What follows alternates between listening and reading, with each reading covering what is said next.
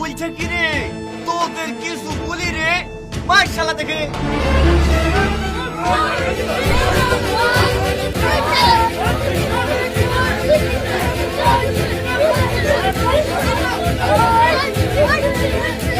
এই পুরো ঝামেলা বন্ধ কর।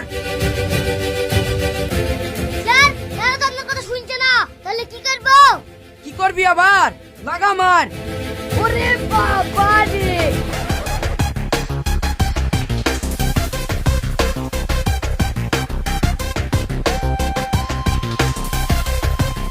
এই পুরো রাস্তার মাঝে ঝামেলা করছিস কেন তাই বল।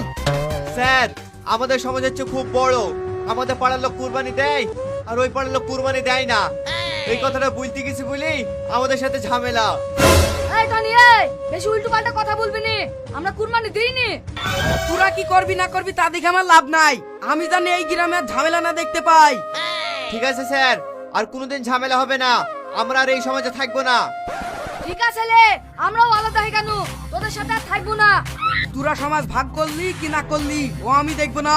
এর পরের বার যদি ঝামেলা করিস তাহলে মাথায় দড়ি বেঁধে টানতে টানতে থানায় নিয়ে যাবো।